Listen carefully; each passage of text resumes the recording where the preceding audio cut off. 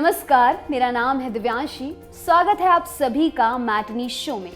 यह Bharat talkies segment जहां हम बात करते हैं रीजनल सिनेमा की। आज बात करेंगे इस साल आने वाली कुछ रीजनल फिल्मों की, ऐसी फिल्में जो धमाकेदार साबित होने वाली हैं। फिर चाहे थिएटर्स में रिलीज हो या फिर आपके लैपटॉप मोबाइल की स्क्रीन पर, इनका जलवा रहने वाला है।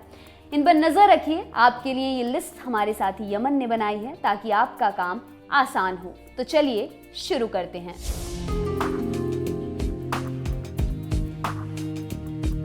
1920 के दशक का भारत, उस गुलामी के दौर पर बनी दो क्रांतिकारियों की कहानी, अल्लूरी सीताराम राजू और कोमाराम भीम, जो ब्रिटिश राज से भी लड़े और हैदराबाद के निजाम से भी। दोनों इतिहास के असली किरदार थे, पर यहाँ कहानी के साथ थोड़ी क्रिएटिव लिबर्टी ली गई है। ये दोनों किरदार लार्जर देन लाइफ किस्म के थे। यही बात ध्यान में रखते हुए एक्टर भी चुने गए।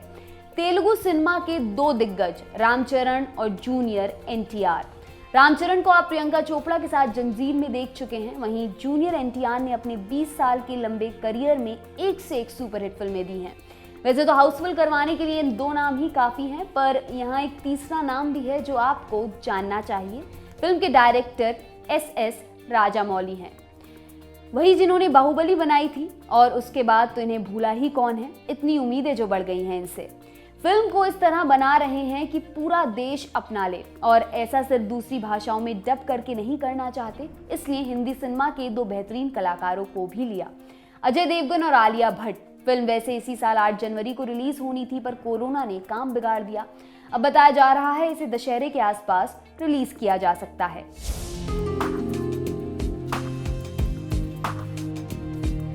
नेक्स्ट है KGF चैप्टर 2, पर उससे पहले थोड़ी बात चैप्टर 1 की। वो फिल्म जिसने कन्नड़ा सिनेमा की दशा दिशा बदल के रख दी। जो यंगस्टर्स अब तक कन्नड़ा सिनेमा से हिचकिचाते थे, उन्हें भी अब अपने सिनेमा पे भरोसा होने लगा। इतना ही नहीं, अब तक की सबसे ज्यादा कमाई करने वाली कन्नड़ फिल्म भी बन बैठी। इस फिल्म को शाहरुख खान की जीरो के सामने रिलीज किया गया था, फिर भी जनता ने जबरदस्त रिस्पॉन्स दिया।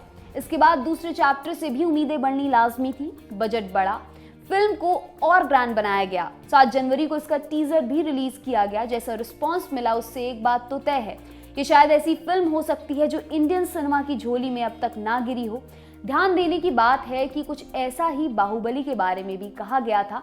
बाकी इतिहास सबके सामने है। फिल्म की रिलीज को लेकर कोई ऑफिशियल डेट नहीं आई है, हालांकि बताया जा रहा है इसे आने वाले कुछ महीनों में रिलीज किया जा सकता है।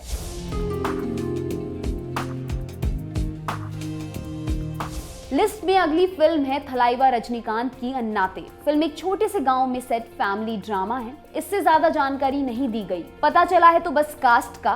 फिल्म में थलाइवा के अलावा नयनतारा, कीर्ति सुरेश, प्रकाश राज और जैकी श्रॉफ जैसे एक्टर्स भी हैं। इस फिल्म के जरिए 30 साल बाद जैकी श्रॉफ और रजनीकांत स्क्रीन शेयर करेंगे। इससे पहले दोनों 1987 में आई उत्तर दक्षिण में दिखे थे। नयनतारा भी साउथ में जाना माना नाम है। उनकी एक फिल्म आई थी बिल्ला, तमिल सिनेमा में ट्रेंड सेटर साबित हुई। ये फिल्म एक और मायने में खास है। पिछले साल आवाज के धनी SP बालासुब्रमण्यम हमें अलविदा कह गए। संगीत की दुनिया को दिए उनके तोहफे समेटने लगे तो ये एपिसोड छोटा पड़ जाएगा। उन्होंने अन्नाते के लिए भी गाना रिकॉर्ड किया था। थलाइवा का इंट्रोडक्शन सॉन्ग जो उनका आखिरी गाना भी है, इसलिए भी फैंस को इस फिल्म का इंतजार है। दिसंबर में फिल्म के सेट से खबर आई क्रू के कुछ लोग कोरोना पॉजिटिव पाए गए, जिसके बाद शूटिंग बंद करनी पड़ी। अब बताया जा रहा है कि तमिलनाडु असेंबली इलेक्शन के बाद ही शूटिंग शुरू होगी। मेकर्स का प्लान है कि साल के एंड तक फिल्म रिलीज कर दी जाए।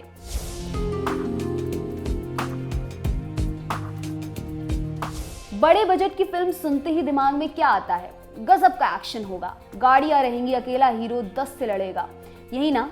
पर इस फिल्म से ये धारणा बदलने वाली है। यहाँ बड़ी स्क्रीन पर हीरो रोमांस करेगा। भारी भरकम बजट की कोई खूबसूरत सी लव स्टोरी भी इंडियन ऑडियंस को कहाँ ही नसीब हुई है। इसलिए कन्वेंशन बदलने के लिए कोई बाहुबली ही चाहिए था। तभी प्रभास दी बाहुबली को साइन किया गया। अपनी डेडिकेशन का नमूना प्रभास पहले ही दे चुके हैं, बाहुबली जैसे विशालकाय प्रोजेक्ट को अपने 5 साल देकर। उसके बाद आई साहो से उम्मीदें थी, पर मामला फुस रहा। अब सबको इंतजार है राधे श्याम का। पिछले साल प्रभास के जन्मदिन पर फिल्म का टीजर भी रिलीज किया गया। रोमियो जूलियट, लैला मजनू, देवदास पार्वती की जोड़ी के बाद हमें दिखते हैं राधे श्याम। क्या इस लव स्टोरी का भी एंड बाकी 3 जैसा होगा? ये तो फिल्म आने पर ही पता चलेगा। यहाँ प्रभास की पार्टनर बनी है पूजा हेगड़े। वहीं एक और एक्ट्रेस हैं जो काफी टाइम बाद वापसी कर रही हैं, मैंने प्यार किया फेम भाग्यश्री। बीच में कुछ फिल्में की पर ज्यादा एक्टिव नहीं रही। यहाँ वो प्रभास की मां बनी है। इटली और हैदराबाद में शूट हुई इस फिल्म को जल्द ही रिलीज करने का प्लान है।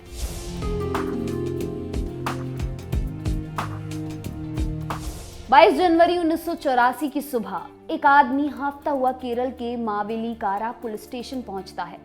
बताता है कि खेत के बीचों बीच एक ब्लैक एम्बेसडर गाड़ी धुआं धुआं हो रही है। इतना ही नहीं, ड्राइवर सीट पर शायद कोई आदमी भी है।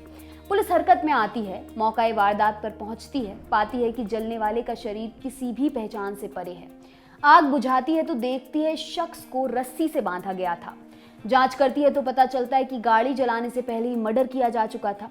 इसी दौरान बात फैल जाती है कि मरने वाला शख्स सुकुमार कुरूप है।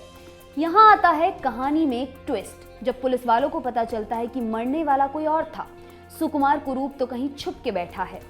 उसके साथियों को धर लेती है पर सुकुमार का कोई पता नहीं। इस केस को आज 37 साल हो गए पर किसी को नहीं पता कि सुकुमार कहाँ है। उसका नाम अभी भी केरल के पेंडिंग क्रिमिनल केस की लिस्ट पर दर्ज है। उसी सुकुमार कुरूप की कहानी ये फिल्म बताएगी। अक्सर रोमांटिक कॉमेडी में दिखने वाले दुलकर सलमान ही क्रिमिनल बनेंगे।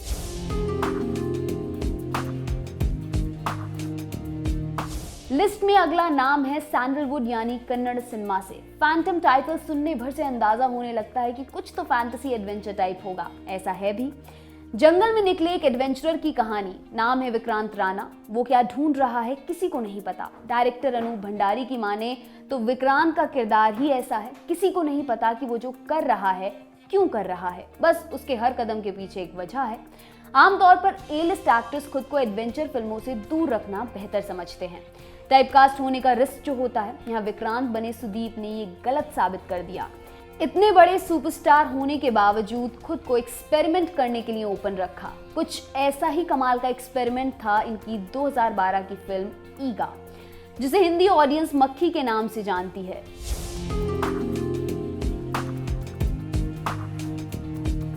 कोरोना लॉकडाउन का पीरियड कौन भूल सकता है भला। पूरी दुनिया को बंद करके रख दिया पर कुछ लोगों की क्रिएटिविटी पर बंदिश ना लगा सका। ऐसे ही दो लोग थे, फहाद फासिल और महेश नारायणन। महेश नारायणन को एक आइडिया सूझा इंडिया की पहली कंप्यूटर स्क्रीन फिल्म बनाने का। नाम रखा सी यू सून। फहाद को आइडिया सुनाया, उन्हें पसंद भी आया। बस फिर क्या था, फिल्म लिखी और 18 दिन में शूट कर डाली। सबसे बड़ी बात यह कि फिल्म पूरी तरह आईफोन पर शूट की गई। ये एक्सपेरिमेंट सफल रहा, इतना कि क्रिटिक्स और ऑडियंस दोनों ने इसे पिछले साल की बेस्ट फिल्मों में शुमार किया। यही जोड़ी अब मलिक लेके आ रही है। हालांकि मलिक का काम सी यू सून से काफी पहले शुरू हो चुका था। फिल्म एक पॉलिटिकल थ्रिलर है, ऐसी सच्ची घटनाओं पर आधारित जहां जबरन माइनॉरिटी कम्युनिटी की जमीन हड़प ली गई। एक आदमी इस अन्याय के खिलाफ खड़ा होता है, ये उसी की कहानी है। फिल्म सिनेमा हॉल्स में ही रिलीज होगी, वो भी 13 मई को।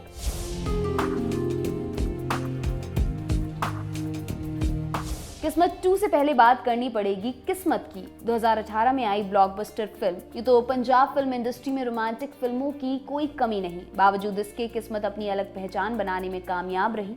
जिसने भी देखी तारीफ करने से नहीं शर्माया। फिल्म के राइटर डायरेक्टर जगदीप सिद्धू पहले इसे हिंदी में बनाना चाहते थे। विकी कौशल, आयुष्मान खुराना और वरुण धवन जैसे एक्टर्स को कहानी नरेट की, पर बात नहीं बनी। फिर फैसला लिया कि इसे पंजाबी में ही बनाते हैं। स्केल भले ही छोटा हो पर कम से कम लोगों तक तो पहुंचेगी। यहाँ उनका अनुमान गलत साबित हुआ। फिल्म रिलीज हुई तो जबरदस्त रिस्पॉन्स मिला, ऐसा कि इसने सरगुन मेहता को पंजाबी फिल्म इंडस्ट्री में स्टैब्लिश कर दिया। जनता का यही प्यार देखते हुए सीक्वल अनाउंस किया गया। रिलीज डेट डिसाइड हुई 21 अप्रैल 2021। फिर बीच में बिन बुलाए कोरोना आ गया, शूट रोकना पड़ा। हालांकि पिछले साल अक्टूबर में फिर से शूटिंग शुरू की गई। अब बताया जा रहा है कि फिल्म 28 मई को रिलीज होगी।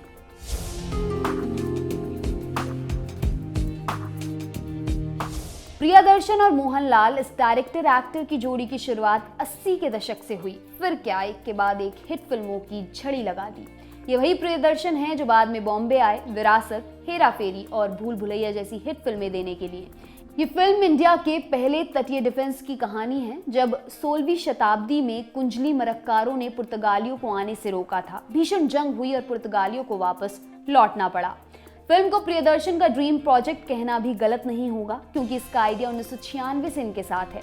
तब भी मोहनलाल को ही लीड रोल में लेना चाहते थे, पर फिल्म की मांग भारी बजट की थी। उस समय मलयालम सिनेमा का स्केल भी बड़ा लिमिटेड था, इसलिए बात नहीं बन पाई। सही मौके का इंतजार किया, जो आया अब, जब मलयालम सिनेमा सिर्फ रीजनल न रहकर इंडियन सिनेमा का अभिन्न हिस्सा बन चुका है। यही कारण है ये फिल्म अब तक की सबसे ज्यादा लागत वाली मलयालम फिल्म है, जिसका बजट है करीब 100 करोड़। ये larger than life film release होगी 26 मार्च को।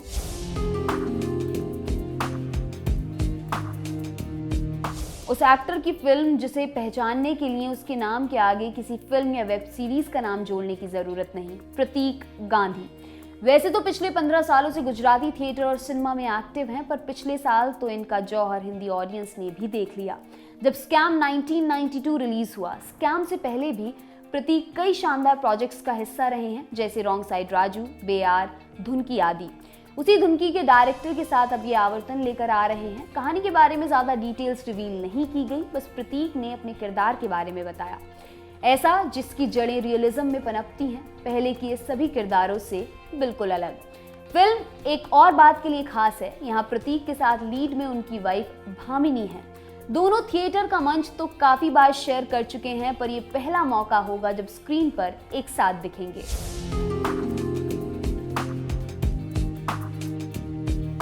छत्रपति शिवाजी महाराज पर एक ट्रिलॉजी आ रही है, बना रहे हैं रितेश देशमुख सैराट वाले नागराज मंजुले के साथ मिलकर। दरअसल रितेश इसे अपने बैनर मुंबई फिल्म्स कंपनी के अंडर प्रोड्यूस करेंगे, वहीं इसका डायरेक्शन संभालेंगे नागराज मंजुले।